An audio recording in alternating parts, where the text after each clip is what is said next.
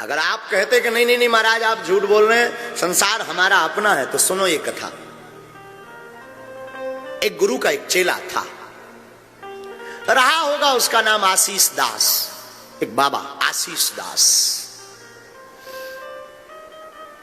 गुरुजी उसको योग सिखाया करते थे। योग की कला में वो निपुण हो गया था। योग करते करते वो श्वास रोकने लगा था। श्वास 30 मिनट रोकने की कला उसके अंदर छा गई थी।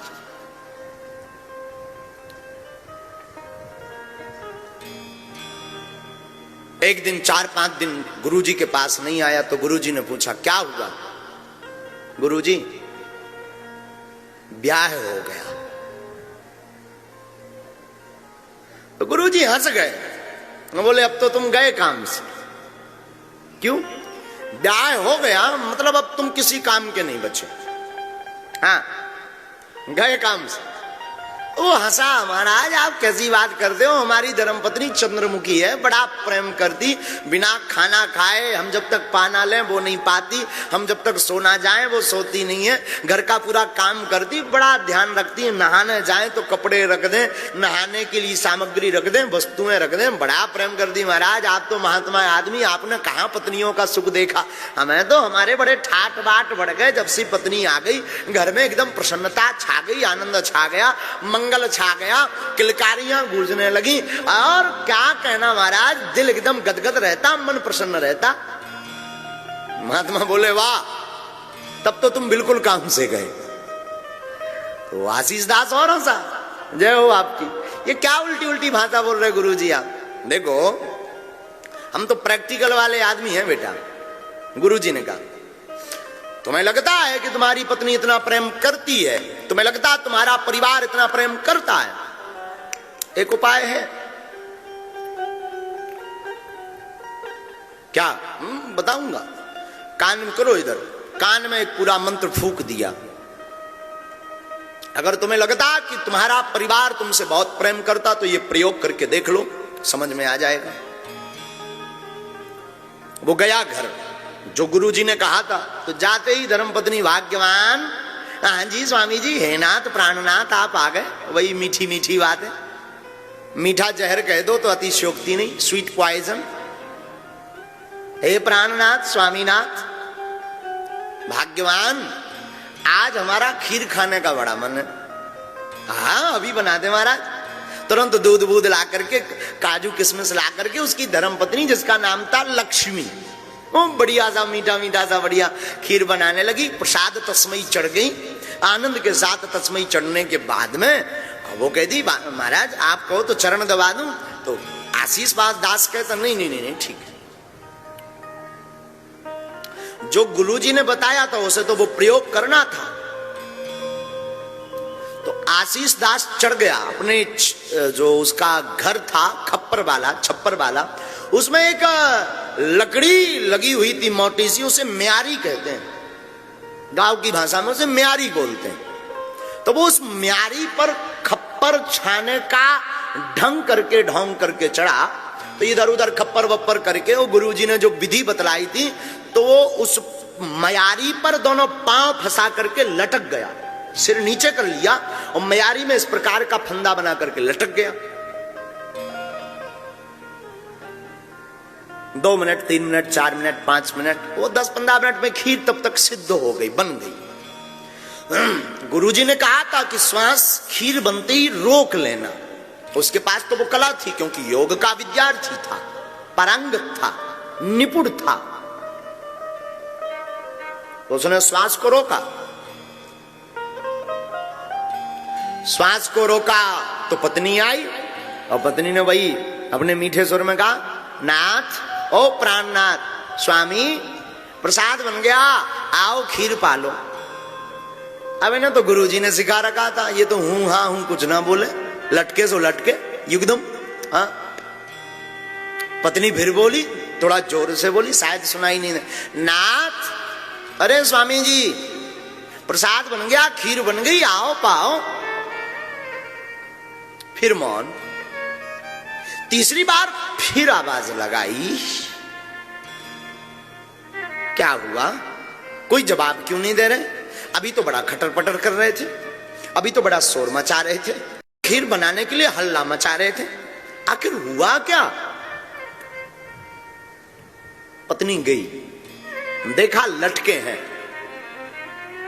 हे भगवान, ये क्या खटर पटर कर रहे हैं महाराज, ऐसे क्यों लटके हो?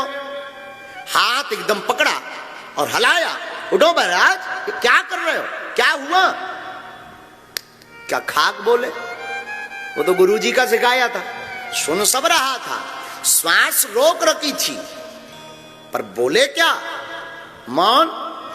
पत्नी 2-4 मिनट तो सोचती कुछ हुआ क्या, दबती बंद गई क्या, दांत देखे तो दांत ठीक, सांस हार्ट बीट कुछ भी नहीं चल रही। हे भगवान क्या हुआ? कान लगाया, थोड़ा मला, मालिश की, हाथ की हथेलियों को मला, थोड़ा सा सीना को मला, दबाने का प्रयास किया, नाक को फूकने का प्रयास किया। हे भगवान, घबराने लगी, थोड़ा पसीना आया उसे, थोड़ा वो घबराई, थोड़ा वो बेचैन हुई, थोड़ा वो उत्सुक हुई, थोड़ी सी आंखें भी नम हुई, थोड़ी सी शरीर में कंपन भी उसको लगने लगी, कहीं जो मैं सोच रही हूं वो हो तो नहीं गया।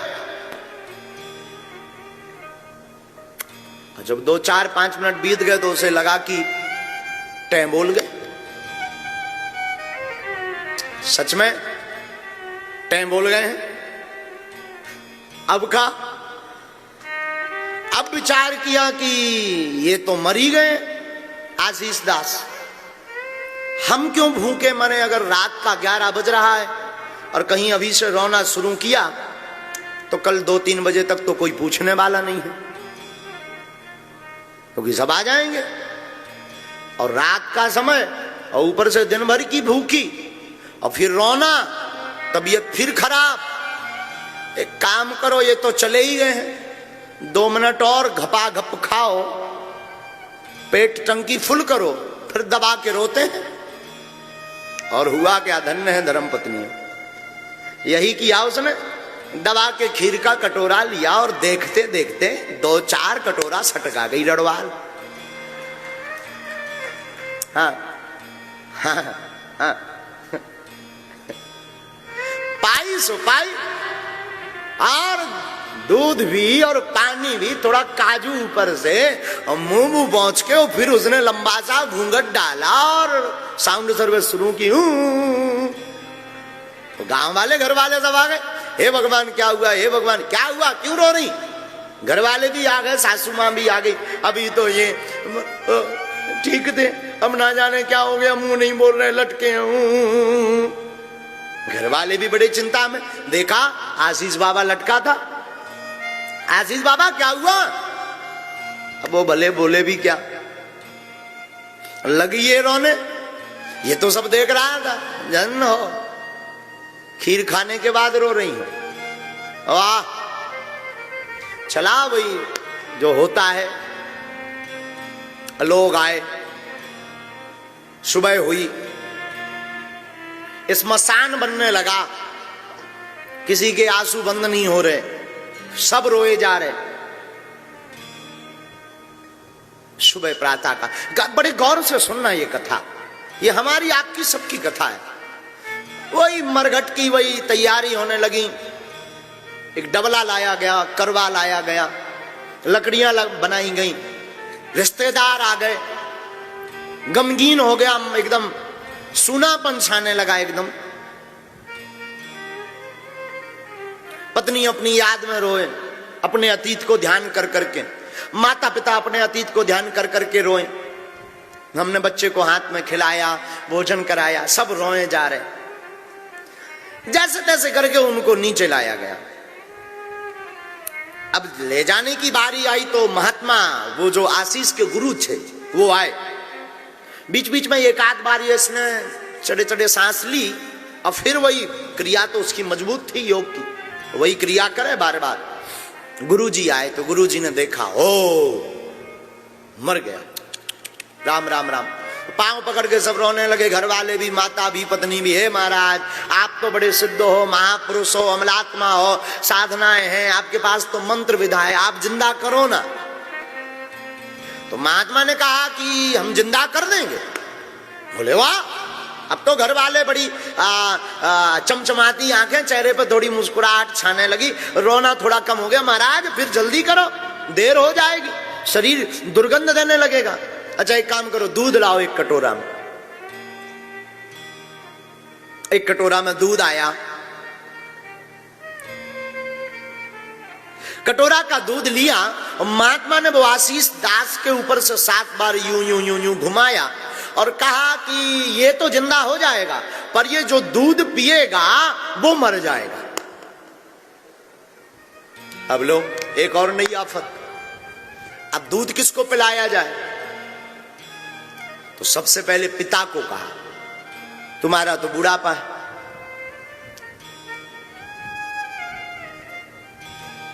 लो।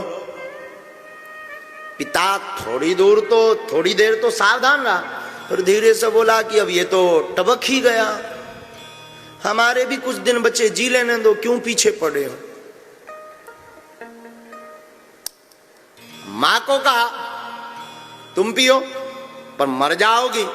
तो मां ने भी बड़ा सुंदर बहाना बना दिया कि अब उसका पिता जिंदा है, अगर मैं मर जाऊंगी तो इनका कौन पेट पालेगा, ये और मर जाएंगे तो 2-2 हत्याएं हो जाएंगी, तो मुझे भी जिंदा रहने दो। पत्नी को कहा तू तो पी। पत्नी तो पत्नी बोली ये गए सो गए, हम दूसरा सिस्टम ढूंढेंगे, हम क्यों मरे,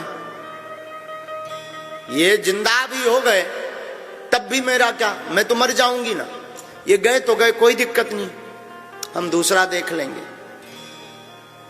तो किसको पिलाया जाए दूध? सबने कहा महाराज आपके आगे नहीं ना पीछे कोई, आप ही क्यों नहीं पी लेते? लो महात्मा ने दोनों हाथ जोड़े, जय हो कलयुगी हरो। वाह, अरे महाराज, फिर तो प्रवचन देने वाले भी बड़े जुड़ जाते हैं, लोग बड़े बड़े। महाराज संत तो होते ही हैं शरणागत भाव वाले, दूसरों के लिए प्राण दे देते, दधी चीज ने अपनी हड्डियां दे दी थी। आप नहीं पी सकते हो, अपने शिष्य के खातिर नाम रोशन हो जाएगा। एक गुरु ऐसा भी है, गुरु बोले जय हो चेला हरो। वाह वाह मेरे चेलो। प्रवचन देने वाले भी बड़ी बड़ी लंबी लंबी प्रवचन बातें ढूंढ लेते हैं। साधुओं का तो जीवन परोपकार के लिए ही होता, परोपकाराय पुण्याय पापाय परपीडनम अष्टादश पुराणेषु व्यासस्य वचनम द्वयम्। अब तो लंबी लंबी महात्मा ने कहा ठीक है तो मैं पीऊं। अरे बाबा की जय, गुरु जी की जय। अरे लंबे लंबे जयकारे लगने लगे, फूल फेंकने लगे, लौटने लगे सब चरणों में। कोई करे अरे भैया ये गुरुजी नहीं भगवान है, भगवान। अब तो लंबी लंबी प्रशंसा होने लगी। महात्मा ने वो कटोरा लिया, पिया, सिर पर हाथ फेरा, बेटा उठो, हो गई लीला। और आशीष कौन मरा था? आशीष तो नाटक कर रहा था जगत को जानने के लिए। और वो उठा और गुरु के चरणों में गिर पड़ा। सच कहूं तो गुरु परमात्मा के अलावा कोई तुम्हारा नहीं है।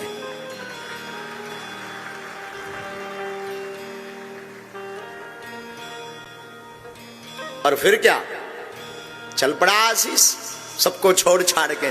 फिर तो बड़े बड़े तमाशे होने लगे, बड़े बड़े लोग बातें करने लगे। लेकिन देखो साहब, मौत तो मौत है, मृत्यु एक ऐसा अटल सत्य है। और सच ये है जिसे तुम अपना कहते वो अपना नहीं है। जगत जिसको तुम अपना मानते वो अपना है ही नहीं। ये संसार किसी का नहीं है। मृत्यु अटल सत्य का नाम है। मृत्यु सबकी आती है।